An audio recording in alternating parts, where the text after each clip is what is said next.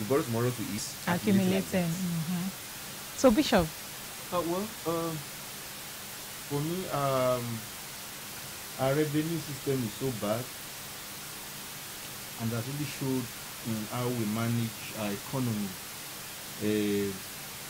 With all these debts, I don't know how Nigeria intends to do well, do better financially, economically. I'm not a financial expert, but what I can tell to the story is that how are other African countries who are not exporting like Nigeria handling their economy, and they are doing well. Take for instance the Benin Republic, that is the closest to us, just less than 45 minutes away. How are they managing CFA? That it has gone too far ahead of Naira. So these are the questions our financial experts need to answer. They must come out and tell us how they have managed, our economy to the point that the debt we are to service and to clear is nothing to write home about. We don't even know what are this money for. How have we come this far, this terrible? Accountability. So there is no transparency, there is no accountability. People are poorer by the day. So where are these money? Is it that they gave it to us? Was it on infrastructure? Was it on who? How? I think basically we are losing focus on the things that matter. Yeah. And then we are paying attention to things that does not even help. Our scale of preference is shifted. Okay, we have. They said them Goodluck Jonathan did not do well. APC have done worse. Like seriously. He's always a pair. Also in the news, I think it's peculiar to our African leaders. Okay, in the UN, I saw. I heard one of the African leaders, one of the African presidents was addressing in the UN. This current UN meeting was addressing climate change in his speech. Please, what has climate change has to do with Africa right now? What is climate change doing for us right now? What is the climate change we are experiencing right now? Other than coup is going on. That's the change that is going on. So you get to where you're supposed to speak to the international body, to the international audience, and you're talking about climate change while you have your house on fire. You can just imagine. I think it's just a shift in focus. And until we get to that point of having to know what matters to us, we'll keep going back and forth on cases like this. Okay, let's take a look at the second story that we have. And this says concrete roads, cement price to hit 9,000 naira, says manufacturers. The Cement Producers Association of Nigeria has warned that the ongoing plan of the federal government to introduce concrete road will raise the price of cement to 9,000 naira per bag from the current price of 5,000 naira.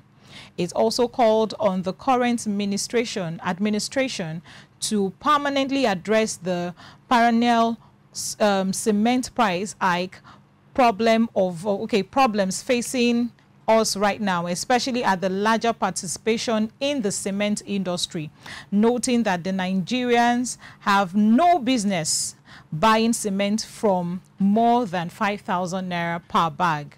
The association, in a statement jointly signed by the national chairman, Prince David Iweta, and National Secretary Chief Regan Ufomba, on Sunday, commended that the Minister in Works position 2 on cement made roads, but warned on dire consequences if the supply is not addressed properly.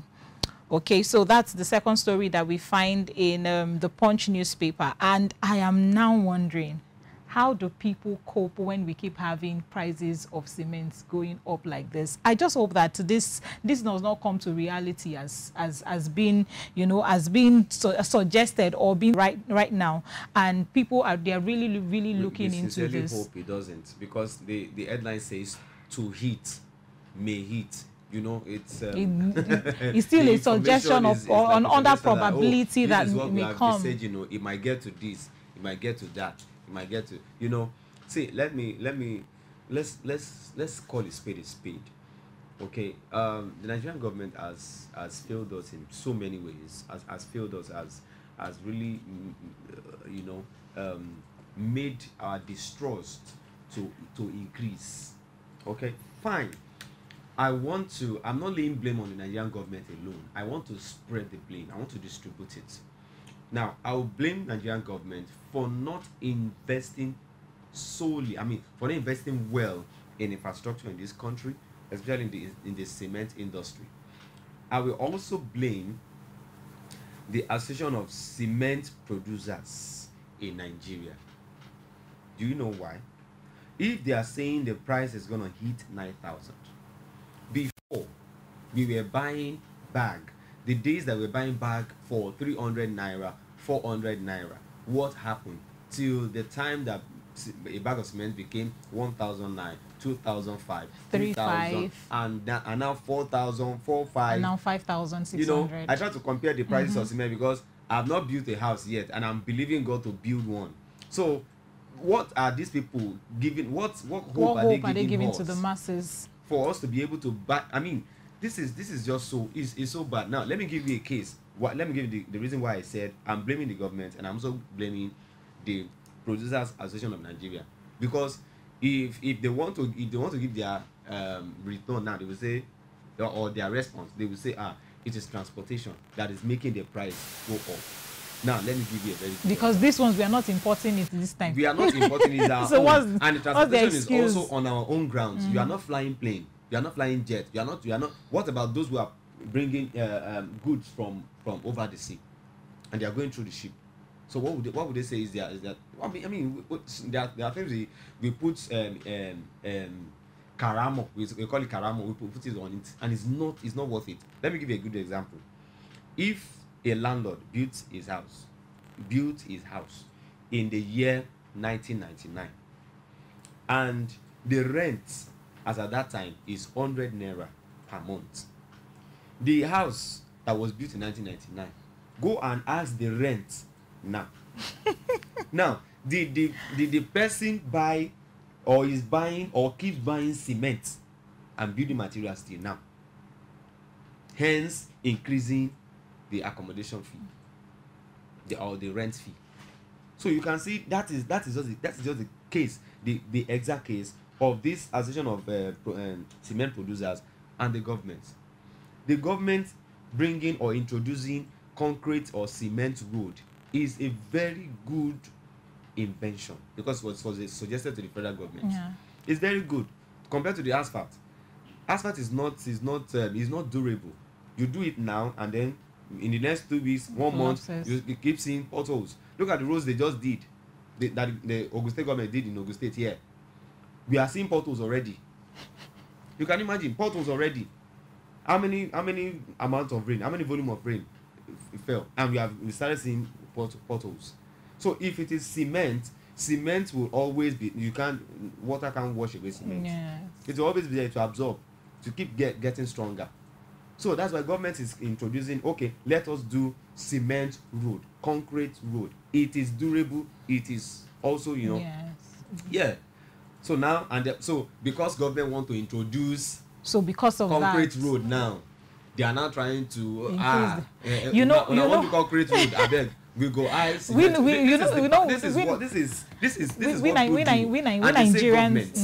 Nigerians, we are always taking advantage of every opportunity that we find, every opportunity that comes our way. The same thing is applicable to transportations or transport system. Then you find when the moment fuel price increases, in fact, the moment they hear that it's going to increase, they increase transportation automatically, even when they've not started buying, fuel at the price at which they've escalated it to be. You can imagine you want to buy toothpick from a retailer, and the person is telling you toothpick is now 100 naira. So, why now is dollar has gone up? What concerns dollar with toothpick? All right, let me come to you, Bishop. You see, the speculations surrounding this cement association producers or whatever.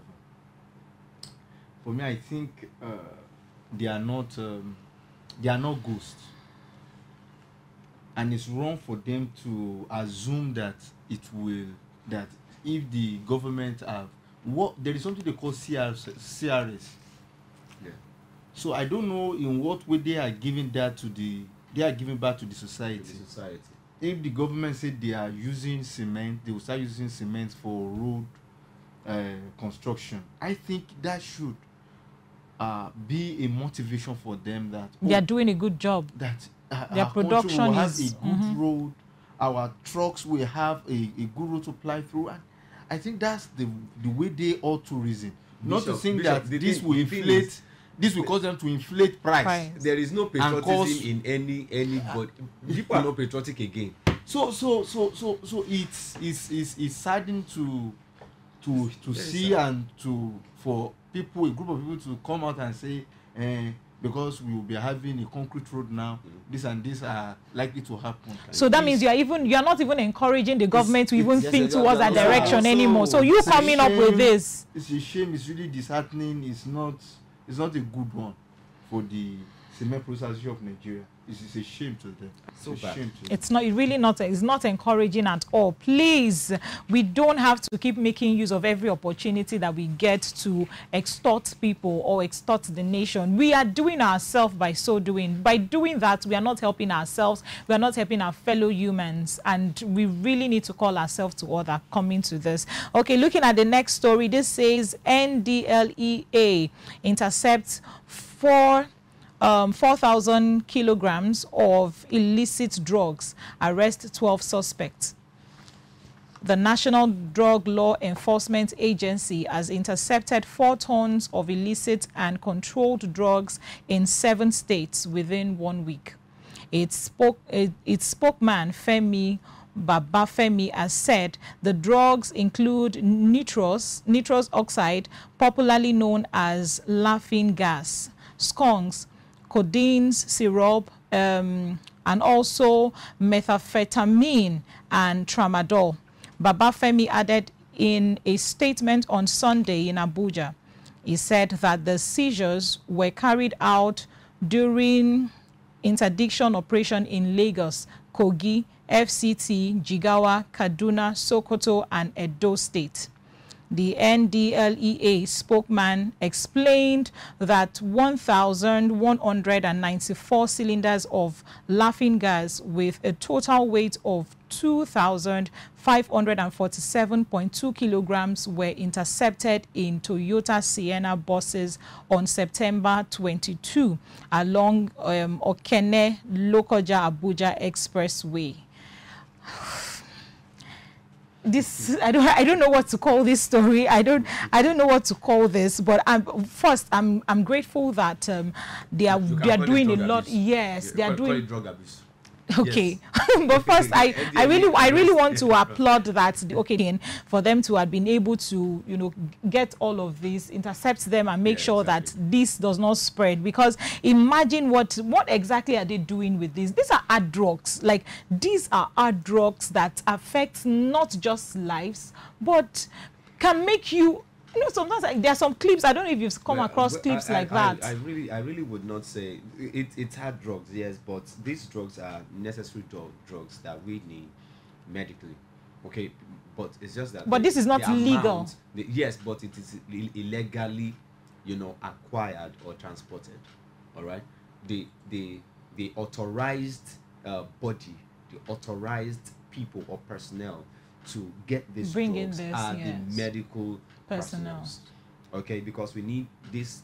I don't know what you can trace this amount of drugs can be traced to our younger generations, our youth. That's why most of our elders will say. Well, I think I beg to differ because they won't. Of course, they bring it in large volume. But for it to have even come this far, it means that we have superiors who are giving them the strong hand to move. To move in all of this into a country. Yeah. You see, if there is no smoke without fire, okay, somebody would have orchestrated. Somebody would have giving the go ahead, a support. They would have had a backing, a lord, that makes them to have this kind of volume of this. So that's why I said, if you look laughing gas, skunk, codeine syrup, who takes all this? Yeah, these younger generations now. Younger generation. I'm a young guy. I'm one of the younger generations, but I'm different. I'm peculiar. Okay, that's why our past presidents will now come out and say lazy youths. Why? Because of this. I don't know what these guys are using this. This really needs to be addressed. I mean, laughing gas. What do you need laughing gas for? I know, yes, we have a lot of things. Challenges are here. We need something to laugh. Right. So we need something to make us feel alright, but not laughing gas. What do you want to laugh till eternity? You want to laugh to heaven? Oh my goodness! Can you imagine? Let me call to Bishop. So Bishop, what?